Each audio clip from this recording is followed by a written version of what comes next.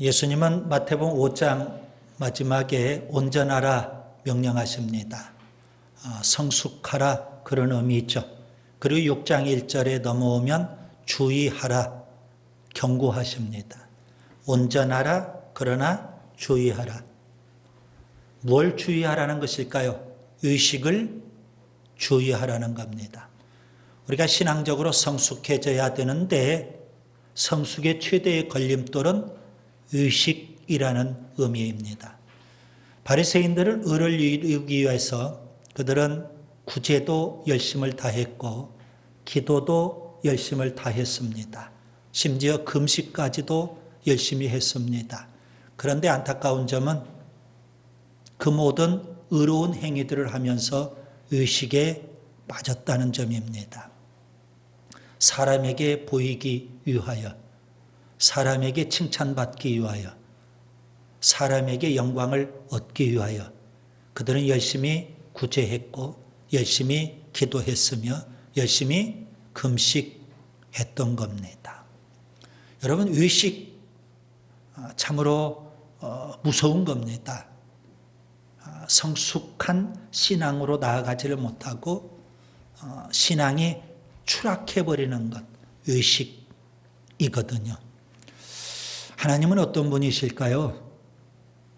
예수님께서는 의식의 문제를 지금 심각하게 다루시면서 하나님이 어떠한 분이신지 우리에게 말씀해 주십니다. 하나님은 은밀한 중에 계시는 하나님, 은밀한 중에 보시는 하나님이십니다. 자, 하나님은 어디에나 계시고 은밀하게 다 감찰하시는 하나님, 이 믿음이 우리에게 있어야만 구제를 하든 기도를 하든 금식을 하든 우리가 의식에 빠지지 않게 됩니다. 어떠한 종교적인 행위를 한다 할지라도 바리새인처럼 의식에 빠지지 않으려면 은밀한 중에 계시고 은밀한 중에 감찰하신 하나님, 이 믿음을 우리가 소유해야 됩니다. 예수님은 제자들에게 진정한 구제가 무엇인지 말씀하셨고 또 진정한 기도가 무엇인지도 계속 말씀하고 계십니다. 지난 시간에 세 가지 기도 유형을 말씀드렸죠. 바리새인의 의식하는 기도, 이방인의 중언부언하는 기도, 그리고 제자의 골방 기도. 이렇게 세 개의 기도 유형이 있는데 예수님은 바리새인의 의식하는 기도와 이방인의 중언부언하는 기도를 본받지 말라 그렇게 말씀하십니다. 왜 본받아서는 안 될까요? 그들의 기도는 진정한 기도가 아니기 때문입니다. 여러분, 진정한 기도는 어떻게 하는 것일까요? 골방 기도를 해야 됩니다. 저는 지난 시간 골방 기도에 대해서 세 가지를 말씀드렸습니다. 첫째, 골방에 들어가야 합니다. 하나님과 은밀하게 1대1로 만날 수 있는 공간, 그게 바로 골방이고요. 그런 골방이 우리에게 있어야 합니다.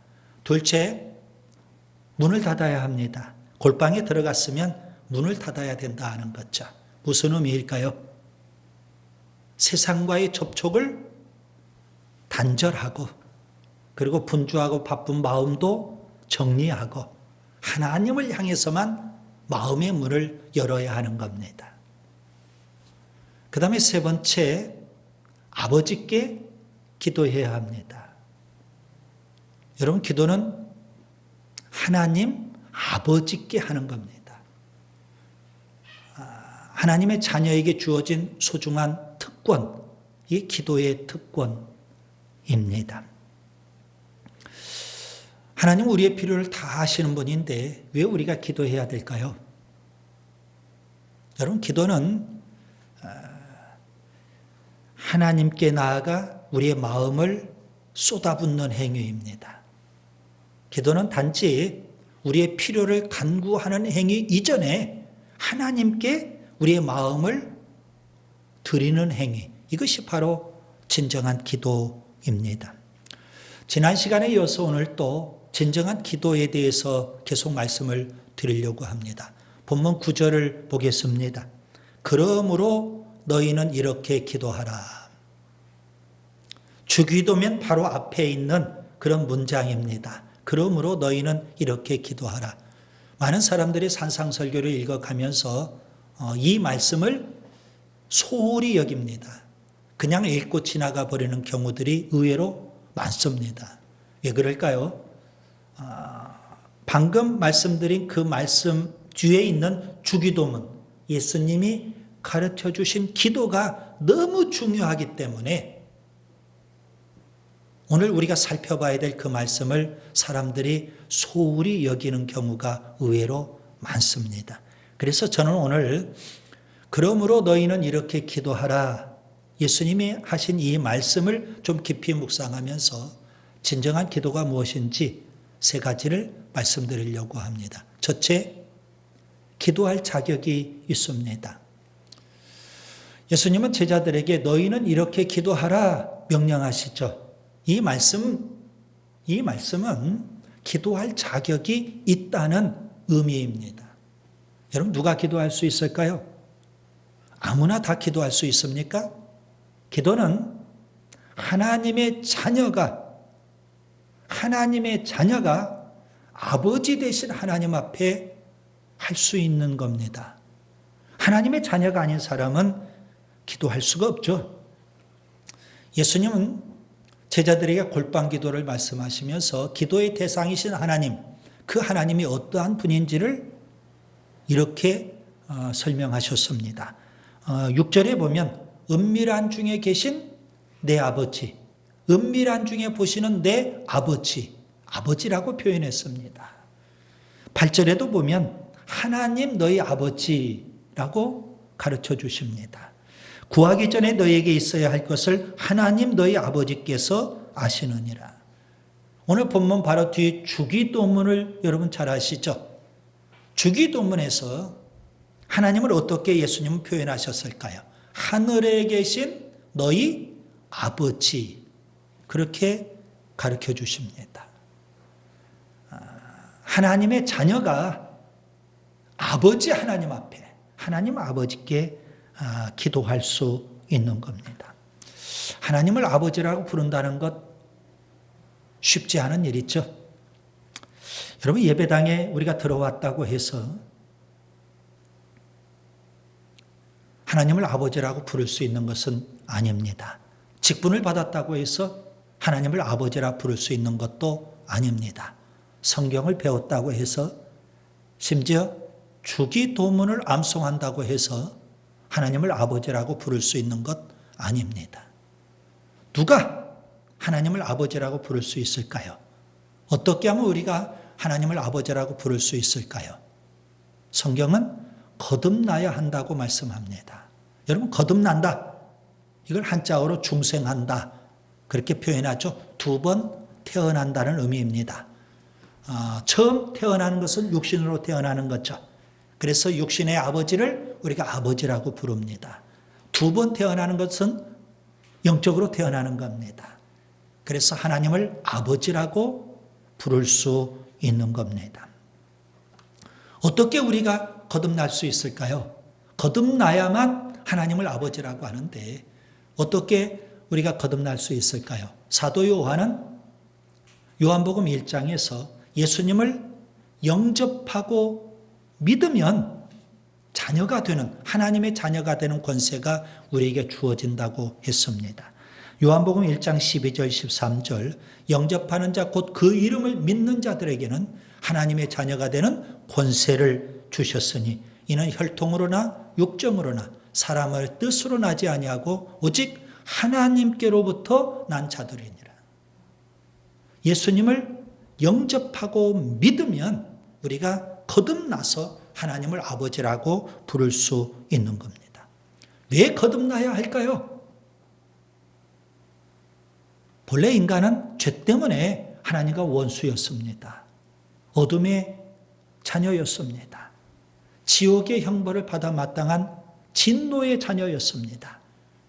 그런 우리들을 위해서 예수님 이 땅에 오셨고 우리의 모든 죄를 지고 십자가에 죽으셨고 부활하셨습니다. 그 예수님을 믿으면 십자가에 죽으시고 부활하신 예수님을 통해서 우리는 거듭나게 되고 하나님의 자녀가 될 수 있는 겁니다. 부활하신 예수님 제자들에게 나타나셔서 이렇게 의미심장한 말씀을 하십니다. 요한복음 20장 7절 나를 붙들지 말라 내가 아직 아버지께로 올라가지 아니하였노라 너는 내 형제들에게 가서 이르되 내가 내 아버지 곧 너희 아버지 내 하나님 곧 너희 하나님께로 올라간다 하라. 여러분 여기에 굉장히 중요한 표현을 예수님이 쓰셨습니다. 제자들을 가리켜서 내 형제다. 하나님을 내 아버지 곧 너희 아버지다. 이렇게 주님이 표현하셨습니다. 여러분 예수님을 믿는 사람 신분에 엄청난 변화가 일어납니다. 예수님과 형제가 되는 거고요. 하나님의 자녀가 되는 겁니다. 하나님의 자녀라면 마땅히 기도할 자격이 있습니다. 기도할 특권이 주어져 있습니다. 그래서 예수님은 오늘 그러므로 너희는 이렇게 기도하라 말씀하고 계시는 겁니다. 기도할 자격이 우리에게 있다는 의미입니다. 둘째, 기도 응답을 확신해야 합니다. 예수님은 제자들에게 그러므로 너희는 이렇게 기도하라 명령하십니다. 이 말씀은 기도 응답을 확신해야 된다는 의미입니다. 기도하는 사람이 응답에 대한 확신도 없이 무슨 기도가 되겠어요? 여러분 우리가 기도할 때 내 기도는 응답이 된다. 그런 확신이 있어야 하는 겁니다. 예수님 지금 기도하라 명령하시죠. 그 명령 속에는 기도 응답에 대한 약속이 담겨 있는 겁니다. 그렇기 때문에 우리는 기도하면서 응답을 확신할 수 있습니다. 기도하면서 내 기도를 하나님이 들어주실까? 내 기도가 응답될까? 그렇게 의심하면 안 됩니다. 우리는 자녀이기 때문에 자격이 있기 때문에 기도할 수 있는 특권이 있기 때문에 여러분 담대하게 우리가 하나님 앞에 나아가서 기도하는 거 아니겠습니까? 그렇다면 담대하게 기도 응답도 우리가 확신할 수 있어야 됩니다. 하나님은 반드시 우리의 기도를 응답해 주신다. 이런 확신이 필요하다는 말씀입니다. 마태복음 7장 7절과 8절 구하라 그리하면 너희에게 주실 것이요 찾으라 그러면 찾아낼 것이요 두드리라 그리하면 너희에게 열릴 것이니 구하는 이마다 받을 것이요 찾는 이가 찾아낼 것이요 두드리는 이에게는 열릴 것이니라. 예수님은 지금 구하고 찾고 두드리라고 말씀하십니다. 기도하라는 의미죠. 우리가 구하면 반드시 받는다는 겁니다. 우리가 찾으면 반드시 찾아낼 거라는 겁니다. 우리가 두드리면 반드시 열릴 것이라는 겁니다. 기도 응답에 대한 약속입니다. 예수님은 이와 같이 기도에 대한 교훈도 하실 뿐 아니라 기도 응답에 대한 약속도 아주 분명하게 말씀하고 계십니다. 마태복음 17장 20절 만일 너희에게 믿음이 겨자씨 한 알만큼만 있어도 이 산을 명하여 여기서 저기로 옮겨지라 하면 옮겨질 것이요 또 너희가 못할 것이 없으리라. 겨자씨 한 알만한 믿음만 있다면 우리가 반드시 우리의 기도가 응답된다는 사실입니다. 심지어 예수님은 이렇게까지 말씀하십니다. 마가복음 11장 24절 무엇이든지 기도하고 구하는 것은 받은 줄로 믿으라.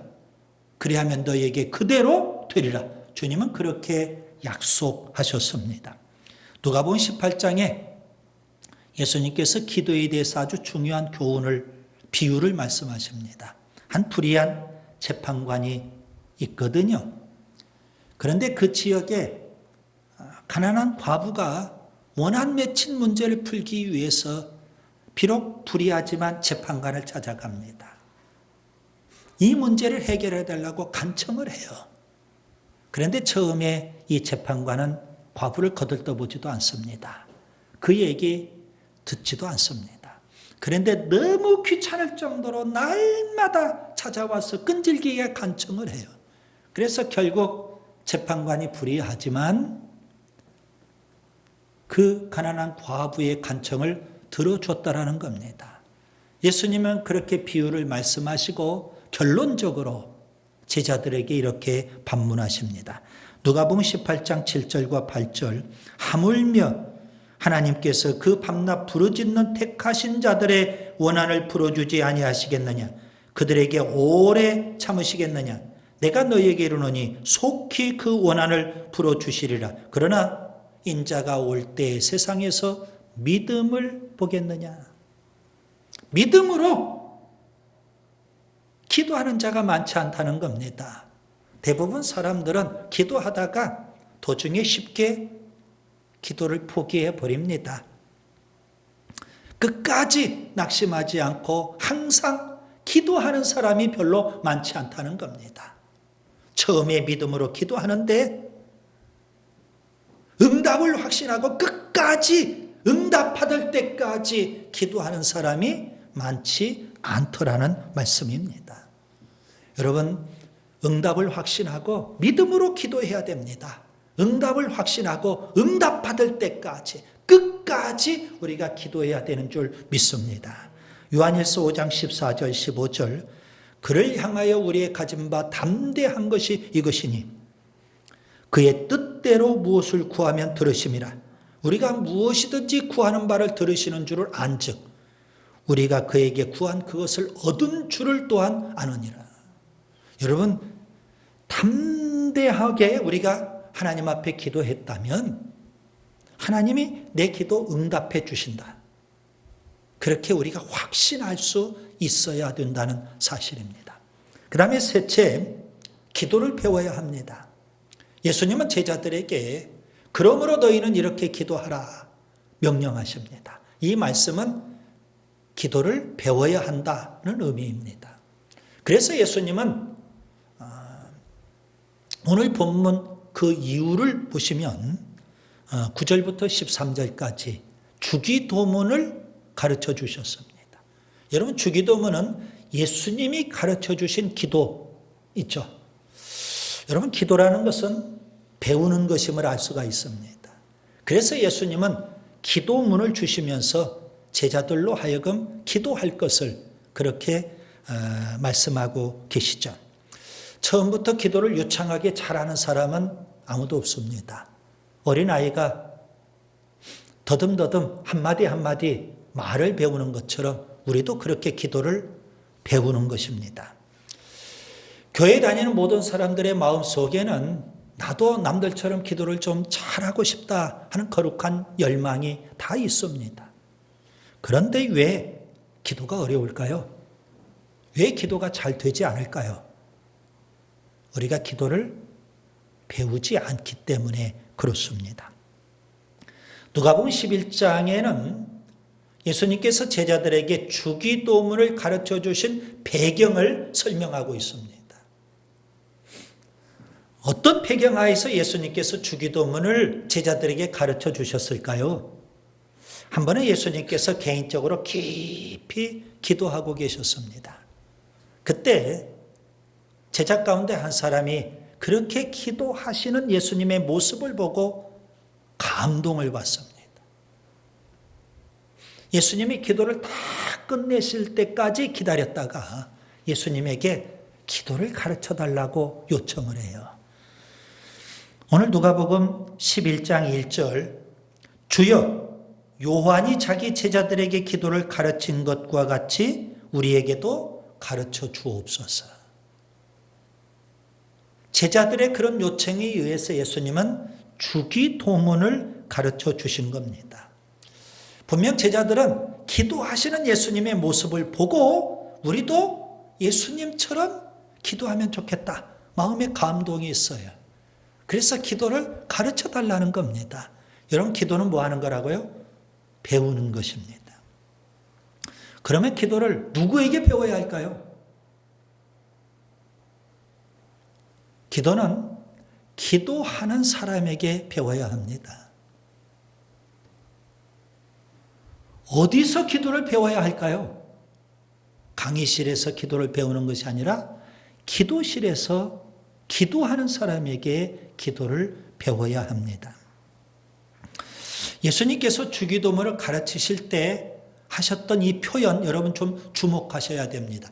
그러므로 너희는 이렇게 기도하라. 그렇게 표현하셨습니다. 만약 예수님께서 너희는 이렇게 기도하라. 그렇게 표현하시지 않고 너희는 이것을 기도하라. 라고 표현하셨다면 굳이 우리는 기도를 배울 필요가 없을 겁니다. 이것을 기도하라. 곧 주기도문만 우리가 암송해서 주기도문만 외우면 되는 거 아니겠습니까? 그런데 예수님은 너희는 이렇게 기도하라 그랬습니다.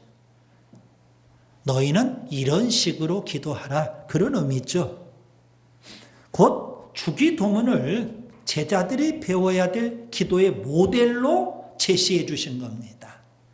그래서 우리가 주기도문만 하면 되는 게 아니고 주기도문과 같이 우리가 기도를 배워서 해야 된다는 의미입니다. 여러분 기도를 배우려면 기도실로 나와야 되는 거 아니겠습니까?